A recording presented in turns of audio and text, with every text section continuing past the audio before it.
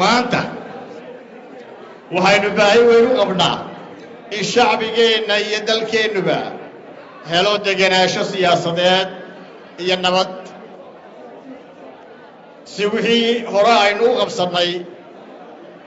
wax ugu biirinno oo aanay nooga burburin dadku iyagaa noloshooda ku filan laakiin waxay u baahan yihiin nidaam dawladnimo oo ay hadhsadaan danahoodana u ilaaliya fursado shaqo ganacsi maalgashina u abuura waxaynu ogsoonnahay inta faraaruq baahsani ku habsaday dalka iyo dadka Soomaaliland inay jiraan tabashooyin tiro badan oo aan waxba laga qaban inuu jiro walwal iyo xasilooni darro siyaasadeed waxaynu ogsoonnahay in isbeddello iyo arrimo waaweyni ka socdaan geeska Afrika iyo badda cas oo aynu qayb ka nahay sidaa oo kale waxaynu ogsoonnahay maanta in Soomaaliland lumisay haybaddii iyo magacii aynu caalamka ku lahayn waxaynu ogsoonnahay in labadii sano ee hore iyo sanadkan hadda sii dhammaanayaba ay ahaayeen kuwa ku suntanaa murug iyo khilaaf siyaasadeed oo ay gudaheenna ah kaas oo ay maanta ku maqan yihiin qaybo ka mid ah dalka Soomaaliland waxaynu ogsoonnahay in dadkeenna la isu bahlageliyey la kala irdheeyey oo loo kala abtiriyey lana abuuray nac iyo kala qaybin si ula kaca loo dhex dhigay dadkeenna wada dhashay ee walaalaha ah waxaasoo dhan waxaa loo sameeyey haddana loo wadaa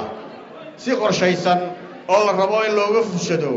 dana siyaasadeed ama shakhsiyeed waxaynu ogsoonnahay inuu jiro musuqmaasuq heerya cuna kaas oo dibadda u soo baxay waxa laga qabtayna aanu jirin waxaynu ogsoonnahay murugga iyo dhaawaca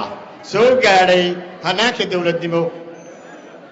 burburinta nidaamka dawladnimo ku tumashada dastuurka iyo shuruucda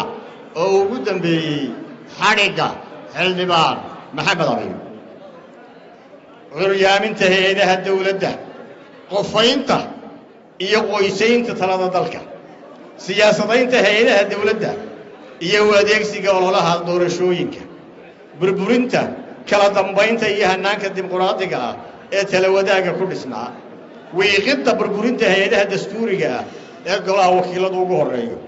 waxaynu ogsoonnahay walaalayaal inay intaa ay noo dheer tahay waxqabad la'aan fadhiidnimada iyo hangowga lagu khasaaray ciddii talada loo dhiibtay intaasoo dhammi waxay noo raaca riiqdii masiibooyinkii isbiirsaday ee dalka iyo dadka ku habsaday ee aan cidina waxba ka qaban kuwaasoo ay ka mid ahaayeen abaarihii waaweynaa ee lafdhabarta dhaqaalaheenna dhaawaca weyn gaadhsiiyey iyagoo kumanaan kun oo qoys ay caynoobeen COVID-19kii oo dhaqaalo burbur laxaad leh naf iyo mood baa ina gaadhsiiyey gubashadii suuqa weynaa ee waaheen iyo wajaale dagaalkii sokeeye ee bariga Soomaaliland kaasoo saamayn taban ku yeeshay amniga iyo dhaqaalaha dalka walaalayaal maanta halka litir ee shidaalkii wuxuu marayaa sidii xalay lay sheegay 14,000 oo shilin marka doolar u beddeshaan idinkaa garanaya xukuumaddu way tusaysaa in xilkeedii iyo waajibkeedii ay gabtay arrimo badan baa maanta ina hor yaalla una baahan inaynu indhaha ku hayno waxa ugu horreeya nabadda baahida koowaad ee Soomaaliland maanta waa nabad ha noqoto mid gudaheenna ah khaas ahaan meelaha colaadda u nugul tusaale waxay noo ah ceelaf weyn ha noqoto dalalka deriskeenna oo aynu ku qasbannahay inaan nabad kula noolaanno ha noqoto mandiqadda aynu ku naal ee geeska Afrika iyo badda cas oo xaalad amni iyo siyaasadeed ka soo kordheen isku haynta dadka iyo dalka Soomaaliland waxay u ooman tahay midnimo wada jir iyo saxal bixinta dadkeeda taasi وواجب إن وذا صارا هذا هاي الشيخ هذا هاي أضي هذا هاي وريه هذا هاي قويهن هذا هاي هوين هذا هاي دليرو دمانتين وإن أنا ميلو قسوا ذا جيسنا تفرارغا يكلا غيبت حكومة كلمية إن دعال سيسي دور شويك وحين نوبناهي إن نقل حل دورشو وحين نقلينا دورشو اسكو سيدكم ودورشو دي مدعتوية يتيور رضي أحزاب تقرنك دورشويكاسي وحين نوبناهيين إنه هريرا اسكتاقنو سيدي عيونا والله هايين كوهفن دافرا حرية حلالة دورشدو وهنان أما فرسبلو دجي إن دادكو كسو حشان عدة أي أغنيان إنه هقان كو قبطان إيقو حقيقين أيا هملوين كأمت كستالي داي دورشوين كوناكسني عدو البواوضا دالك إيا دادك دورشو حماتا waxay dhashaa burbur qaran ka soo gaadha dhinac kasta cilmi baaris uu sameeyay macadka nabadda ee Mareykanka United States Institute of Peace wuxuu ku sheegay in afartii doorasho ee dunida ka dhacda mid ka mid ah ay ka dhashaan shaqooyin iyo murugo galaafta nabadda iyo horumarka doorashooyinka waxa cilmi baaris dheeriya lagu sameeyay sababaha keena khilaafiyada ka dhasha doorashooyinka waxaana la ogaaday inay u badan yihiin khilaafiyad taagan oo doorashooyinku shidaal ku sii shubaan hay'adda dawladnimo oo nugul ama aan awood u lahayn ama khibrad badan u lahayn inay hannaanka dawladnimo hagaan hay'adaha dawladda khaas ahaan kuwa amniga oo la siyaasadeeyo ama loo adeegsado ololaha iyo musuqmaasuqa ku yimaada hannaanka doorashooyinka sidaa darteed waa inuu dhammaanteen u guntano oo hubinno in doorashadu inoogu noqoto mid hufan nabad iyo kalsooni inoogu qabsoonto waxaan ugu baaqayaa cid kasta oo kaalin ku leh hirgelinta doorashooyinka khaas ahaan komishanka xisbiyada ururada iyo hay'adda kale ee ku shaqo leh sida hay'adaha amniga dhammaantood in isha lagu hayo sida ay kaalintooda iyo xilkooda u gutaan waxaan halkan fariin uga dirayaa shaqaalaha dawladda iyo saraakiisha ciidanka ee sharcigu ka reebay ama ka xaaraantinimeeyey inay siyaasadda ku milmaan inay ilaaliyaan sharafta iyo haybadda dawladnimo sababta aan sidaa u leeyahay waxa weeye mas'uulka shaqaale dawladeedihi waa adeega bulsho civil servant waa khaadimka ummadda sababtoo ah wuxuu xaq u leeyahay inuu adeega bulshada sii wato xitaa haddii ay xukuumaddu isbeddesho waxaan samaynaynaa dabagal iyo diiwaangelin cid kasta oo ku xadgudubta sharciga qaranku dhigtay saraakiisha ciidanka waa inay iyaguna ku koobnaadaan sugidda iyo ilaalinta amniga shacbiga iyo doorashada oo keliya taabagelinta iyo adkaynta nidaamka dawladnimada Somaliland waa shaki la'aan in dawladnimadii Somaliland hagaastay 7 sano ayna soo dhaafay oo shaqadii dawladnimadu ku soo koobantay sidii kursiga loo sii xajisan lahaa ama doorashooyinka dib loogu fidi lahaa anigu ka musharax ahaan waxaan u arkaa in shaqada ugu weyn ee maanta Somaliland u taala ee ugu madani ay tahay in wax laga qabto lana taabageliyo nidaamka dawladnimo iyadoo loo marayo kow dib u soo celinta ku dhaqanka dastuurka iyo shuruucda dalka dhisidda hay'adaha dawladda hore loo yiri dawlad xumi dawlad la'aan bay dhaataa laakiin Professor Bulhan wuxuu yiri dawlad xumi dawlad la'aan bay dhashaa dhaqaalaha siyaasad cad buu ka leeyahay xisbigu kobcinta iyo horumarinta tiirarka iyo halbowlayaasha dhaqaalaha kow ballaarinta dekedda berbera iyo kordhinta adeegyada dekedda si ay ugu adeegto tartanna ula gasho dekedaha geeska afrika intii ka dambaysay February 2024 isticmaalka dekedda berbera iyo guud ahaan dakhliga Soomaaliland aad buu isu dhimay xaaladaha ka jira badda cas awgeed iyo duruufo u gaar ah Soomaaliland oo aad ka warqabtaan taabagelinta iyo shaqagelinta Freezone-ka berbera abuurista Freezone kale oo cusub oo dalka laga hirgelinta ganacsi xor ah oo muwaadiniintu u sugan yihiin fursadihiisa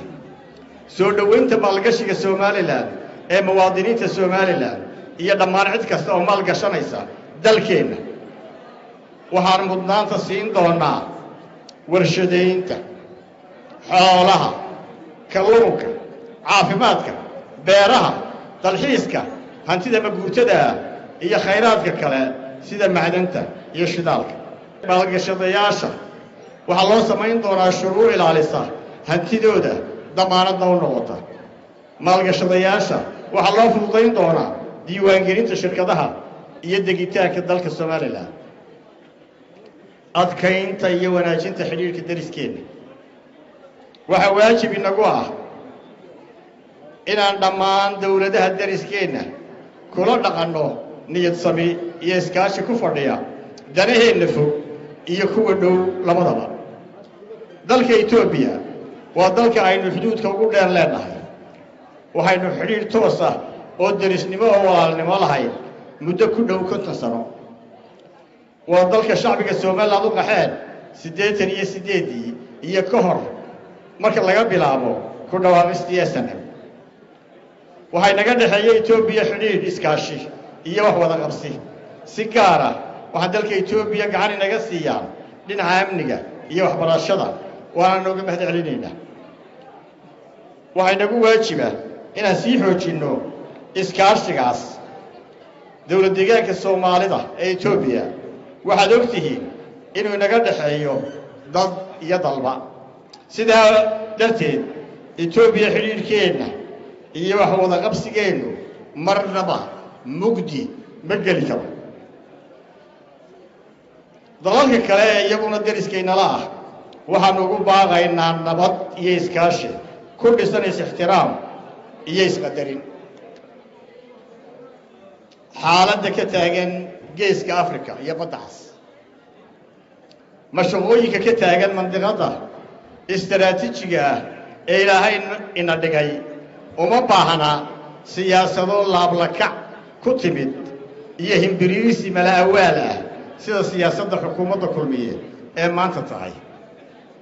xaaladaha ka taagan geeska Afrika iyo badda cas waxay u baahan yihiin siyaasado miisaanan fogaan arag iyo hal abuur leh kuwaas oo ku qotoma danaha qaranka ee durugsan iyo kuwa dhowba iyadoo loo adeegsanayo xeelado iyo tabad diblomaasiyeed oo qoto dheer kuwaas oo qorshahooda aan diyaarinay farsamo yaqaankii hawsha fulin lahaana waanu haynaa waanad garanaysaa kuwii اعترافك نسيب wanaag maanta dano tiro badan oo waaweyn baa beesha caalamku gaar ahaan dawladaha waaweyn ka leeyihiin Soomaaliland insha Allah danahaasi ay Soomaaliland waxay u goyn doonaan ixtiraam qadarin iskaashi koboc dhaqaale Soomaaliland waxa ka dhigi doona insha Allah dal ku sifoobay qaangaarnimo iyo bisayl siyaasadeed kasban karana saaxiib badan iyo aqoonsi caalami ah waxa noo qorshaysan inaan hagaajino siyaasadeena arrimaha gudaha oo wax weyn ka tari doonta siyaasadeena arrimaha dibadda taas darteed waxaan mudnaanta siin doonaa midaynta shacbiga Soomaaliland sugidda ammaanka ku dhaqanka dastuurka iyo shuruucda xurmaynta xuquuqul insaanka iyo xorriyatul qowlka iyo wanaajinta iyo la macaamilka adduunka kuwaas oo saldhig u noqon doona in Soomaaliland kasbato aqoonsi caalami ah ballanqaadyadayda kow soo celinta rajada shacbiga Soomaaliland oo xukuumadda kulmiye ee maanta rajabeel iyo quus ku riday midaynta iyo walaalinta shacbiga Somaliland si uu awood buuxda ugu helo difaaca qarannimadiisa daaweynta nabarrada iyo gunaadka talaxumada xukuumadda Muuse iyo ka soo kabashada diifta colaadaha dib u dhiska iyo tayaynta ciidanka qaranka u kordhinta mushaharka ciidanka 250% ama boqolkiiba 250 kor u qaadidda adeega caafimaadka ee ciidanka iyo taabagelinta dhismaha guryaha ciidanka qaranka si loo helo ciidan awood u leh difaaca qarannimadiisa barnaamijkayga siyaasiga ah waxa uu ku dhisnaan doonaa tala wadaag wax wada lahaansho wax qabad hufnaan daafurnaan ganacsi madax bannaan dhiirigelinta maalgashiga iyo abuurista fursado shaqo insha Allah barnaamijkani berri baa la soo bandhigaya gunaanad sifo kasta oo xukuumadda kulmiye dadaal iyo tacab weyn u gelisay inaan dalkan doorasho ka dhicin ilaahay mahadii maanta waxaan galnay xilli doorasho madaxweyne Muuse Biixi waxaan ku hambaleynayaa inuu bilaabay ololihii doorashada oo doorashada ka maagisteedii iyo isgiijintii ka soo dhamaatay waxaa shacbiga Somaliland ugu baaqaya inay u diyaar garoobaan 13 Noofambar doorashada isku sidkan ee madaxtooyada iyo ururada iyo axsaabta qaranka waa inaan gacmaha isu qabsannaa inay qabsoonto insha Allah doorasho xor iyo xalaal ah hufan oo daafuran waa inaan dhammaantiin komishanka doorashooyinka qaranka siinaa gacan buuxda si xilkooda u gutaan xukuumadda Somaliland waxaan ugu baaqayaa inay ixtiraamto oo ilaaliso madax bannaanida komishanka muwaadin kasta isaga xaq u leh cidda uu codkiisa siinayo waxaase shacbiga Somaliland ka codsanaya uguna baaqaya si Somaliland u badbaado inay codkooda siiyaan isbedel doonkan anigu hogaaminayo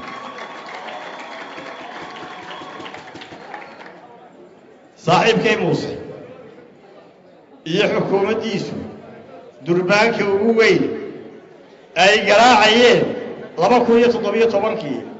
waxa uu ahaa shacbiga Somaliland badbaa Soomaali weyna ima kala waxay ku sii siyaadiyeen badbaa cadawga gudaha iyo badbaa hawada arrintaasi waa siyaasad sabadaaqnimo waa siyaasad saboolnimo waa siyaasad kala fogeyn iyo kala irlayn Muusow shiishkaaga kor u qaad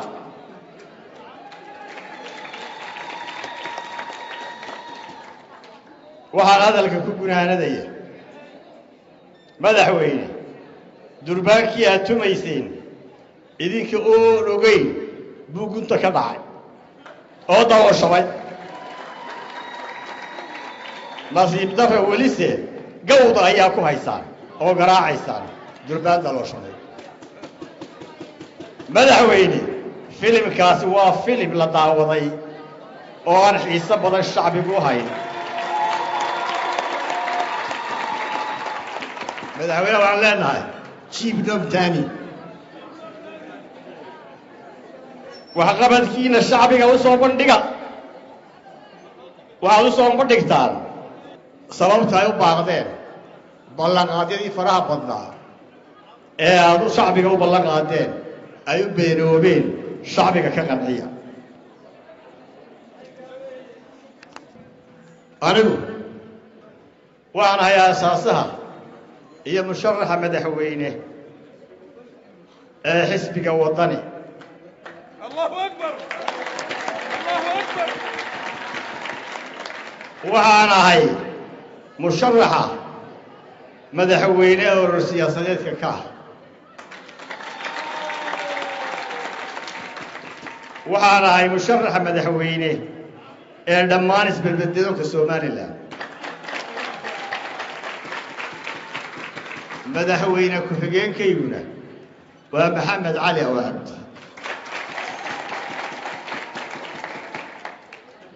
muuse waxaan leeyahay madaxweyne waxaan diyaar u ahay inaynu si hufan u tartanno waxaan leeyahay madaxweyne almiidaan waasi Soomaaliland ha noolaato Soomaaliland ha noolaato waa mahadsantihiin